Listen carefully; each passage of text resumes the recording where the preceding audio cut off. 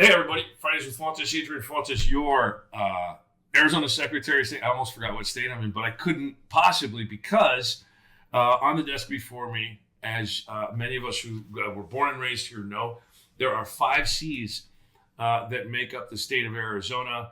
One of them is represented by one of these two, either a cactus or a bale of cotton. So go ahead and drop it in the comments if you know which one is one of the 5 Cs. Between these two, the one that is one of my favorites is cattle, represented by this little cowboy hat here from Florence, Arizona, the capital of, or the county seat of Pinal County. By the way, if you're looking at all 15 counties and you don't know the counties and you don't know the county seats, get it together. This little bale of cotton comes from Graham County, and this little cactus is a squishy that we found somewhere, which is pretty nice. One more little piece of trivia and information before we get to some of the questions and stuff. By the way, we're going to have a short Fridays with Fontes today, just because we're a little bit busy getting ready for November.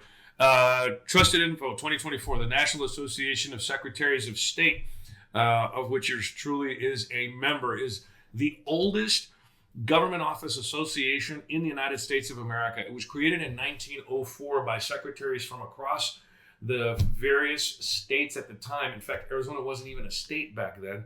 We were 8 years away from statehood, but NASS, which predates Arizona statehood, has a program called Trusted Info, Trusted Info 2024. They'll be talking about that somewhere else on the internet today. Get a look at them and figure out, because look, there's a lot of misinformation and disinformation out there, and the trusted info that you're going to get regarding your elections is going to come from your state and local elections officials, and the Elections Assistance Commission, EAC.gov, at the federal level. All of your secretaries of states, your county election departments here in Arizona are going to have a lot of information for you. You can go to arizona.vote or azsos.gov to get information, trusted information from our office. So today we're going to announce the winners for the All-In Campus Democracy Challenge from 2022. There were several categories and there were a lot of campuses involved. We've got that same challenge going right now in 2024, but we're going to call back to 2022 and shout out some of our great educational institutions and the achievements. The All-In Democracy Campus Democracy Challenge is a space where folks on campuses across Arizona can really get engaged in democracy. It is a nonpartisan activity where students across the educational diaspora in Arizona can get engaged and involved in a little bit of fun competition. So we've got some categories here that we're going to talk about. First and foremost is the highest voting rate among universities and colleges. There's a 4-year category and a community college category. And the highest voting rate in 2022 among our 4-year college degree granting universities was our Sun Devils at Arizona State University. So much love to the Wildcats and to the Antelope and to our good friends up north, the Lumberjacks. But the Arizona State University takes the highest voting rate for a 4-year school. Now, for community colleges in that same category, I believe that they are the Artichokes, right, of Scottsdale Community College, one of my favorite college mascots. Their colors are pink and green, which I think is a little challenging, but that is what it is. The Scottsdale Community College, congratulations. 2022 highest voting rate campus for community colleges in 2022. Now, the highest registration rate is a little bit different. And the folks that take care of these challenges have ways of looking at this. I'm going to get you the information about where to talk. What's the website that we do? Can you pull that up really quick and hand that to me? Where this all originates. The highest registration rate for 4-year colleges is, drumroll please. Well, that was awesome. I wasn't expecting it. Northern Arizona University. So Lumberjacks take that one. The highest registration rate for 4-year school. And the highest registration rate for community colleges is Mesa Community College. I have a nephew that graduated from Mesa Community College. I don't know what the mascot is, though. I feel really bad about that. Mesa? Yeah. It's it's a bird, like a thunderbird. Is it the Thunderbird? Yeah. Yeah? Okay. I might be wrong. I know Arizona Western College is the Matadors, because guess what? I'm an alum of Arizona Western out in Yuma. So the Matadors, shout out to you guys. But the highest registration rate in Arizona for community colleges was Mesa Community College. And here's a really important one. The most improved voting rate among community colleges in the All-In Campus Democracy Challenge was Paradise Valley Community College. Got the most improved. And they also have an asterisk for the Best in Class award for most improved voting rate as an HSI, Hispanic Serving Institution. So congratulations to the work out there at Paradise Valley Community College for winning an award and getting an honorable mention. The All-In Campus Democracy Challenge. Where can folks get more information on this? Oh, you're just going to give it to me? Vote, yeah. Arizona.vote/ or is it this way on the screen? Is it this way? This way, yeah. This way. All-In. ALLIN. Anyway, Arizona.vote/ all-in. If you're interested in competing, getting on board with your campus, that's the one way to do it. Now, before we get to our book recommendation, we're just doing fun stuff today, although I do have some questions that are going to be interesting.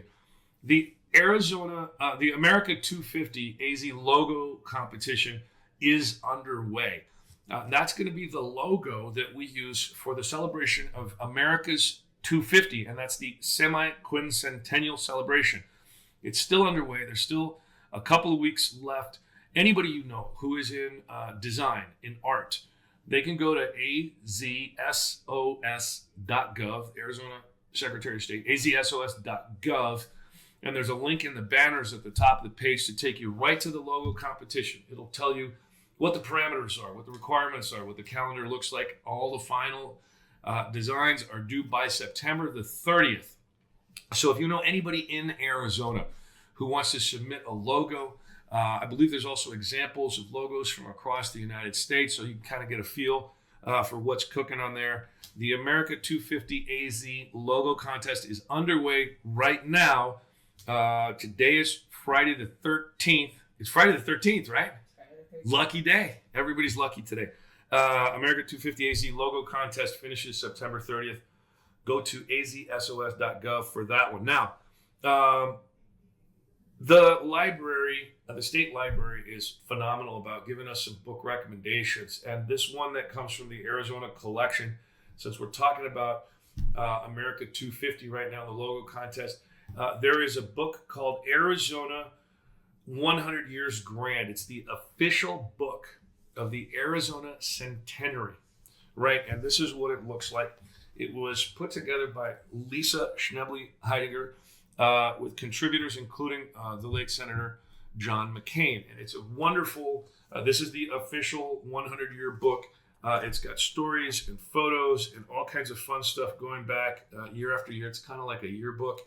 Wonderful representation of what Arizona is and is about and has been about for our first 100 years from 1912 to 2012. So Arizona 100 Years Grand is our book recommendation for today. We will have another book recommendation for you for next week. But there's also something we want to talk about real briefly. Our libraries archives summit. Now, the state archives has a summit every so often. We'd like you to save the date, November 21st and 22nd, or when that summit is going to occur. Now, save the date. We'll get you some more details right here on Fridays with Fontes. That is the Arizona Archives Summit, where we talk about all things archives. We do the genealogy one in the spring, excuse me, and so save the date, November 21st and 22nd. Okay, now to questions, because we're running short on time here. I've got two questions that were popped into us earlier, and I want to go ahead and get these out of the way real quick. Talk about our ballots is this one. It starts out, it says, RFK Jr. is filing lawsuits to remove his name. Are we okay with our mail-in ballots? Please advise. So first of all, RFK Jr. did not qualify for Arizona's ballot, so his name is not going to appear on Arizona's ballots. Now, if he is petitioning in other states to take his name off or whatever, that belongs to the other states. In Arizona, there will be 2 major party candidates on the ballot, among others, depending on the qualifications. So look to that. So we don't have to worry about those lawsuits. Now, as far as our mail-in ballots are concerned, Arizona started the no excuse absentee voter list a long time ago. In fact, we started sending those ballots out in earnest back in 1991-92 timeframe. We've been doing this for a very long time. Very secure. In fact, a lot of people can argue that it's more secure than voting in person, and it's more accountable that way as well. This year, though, I gotta emphasize this. In many Arizona counties, including Maricopa, which is our much larger, I just hit that, sorry. Our largest county, you're going to have 2 pages on that ballot. It's going to be 2 cards long is what we call it. So one ballot page is called a card. With a 2-card ballot, it's going to take a while to fill in all of the bubbles as you go through. And you don't want to feel that pressure, I would argue, on election day. So I'm encouraging folks. And I know people love voting on election day. You get the sticker, you get to visit with people. Consider voting early because that social pressure, the lines might be a little bit longer. I don't want to discourage anybody from voting. Never, never, never.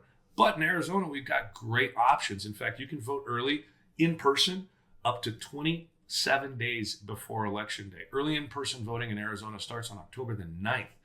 So do we have problems with mail-in ballots? No. But people have spread lies about them. Can we vote early in person? Yeah. Bring the appropriate ID. And if you've got questions about that, go to arizona.vote. This is going to be important, and it's important for you and for everybody. Make sure you vote. But take that very long ballot into consideration, please, and know that there's a lot of information on the ballot this year. Now, a lot of folks know, and I'll end on this question here, that I gave testimony on Wednesday, a couple days ago, before the United States Congress House Committee on Administration. I was sitting there with secretaries of state from Florida, Ohio, West Virginia, New Mexico, and Michigan. They put me last probably because I'm taller than the rest of them. Maybe, I don't know. But we talked about a lot of stuff. And many of the things that the House Committee on Administration deal with is funding of elections, election regulation, security, and a lot of these other things that belong to the world of election administration. And a variety of folks got asked a bunch of different questions. One of the things that I ended up talking about was my time when I was the county recorder. As county recorder, one of the unfortunate things that we had to deal with was these huge numbers of boxes that we found, and it amounted to about 94,000 applications for voter registration. Many, many, many tens of thousands of them were duplicates, right? These folks had tried to register over and over again. And what we found was 47,000 eligible U.S. citizens after doing all of our research, and we spent a lot of time and energy on that.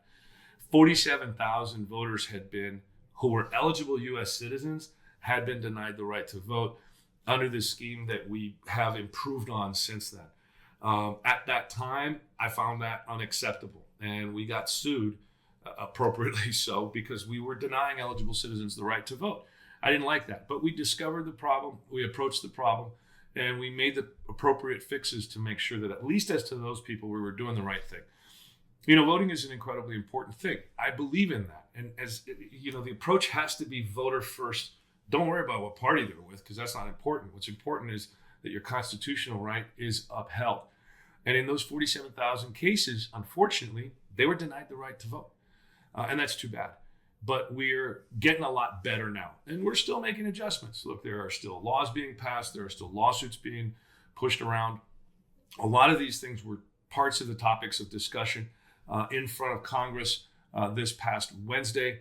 And so, you know, it's important that we just continue to improve our systems, make them more secure, make them more accountable, and make sure that we're getting every eligible citizen the appropriate opportunity to vote, to preserve their right to vote.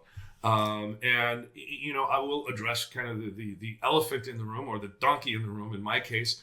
I'm a Democrat. Folks know that. And, you know, I have my opinion about my ballot, but that doesn't change my duty to all of my voters. And here at the Secretary of State's office, we take those duties to all of our voters very, very seriously. And so regardless of your political party, you're going to know that you've got an advocate in me to make sure that you have the opportunity to vote, and that only eligible citizens are going to be voting. So I think that's that. Unfortunately, we can't get to too many of the other questions. We've got a couple online. I'll try to grab some of those next week. Thank you so much, everybody, for jumping in here. My name is Adrian Fontes. See you next Friday for another round of Fridays with Fontes, and we may have our second guest next week. We'll see. Take care.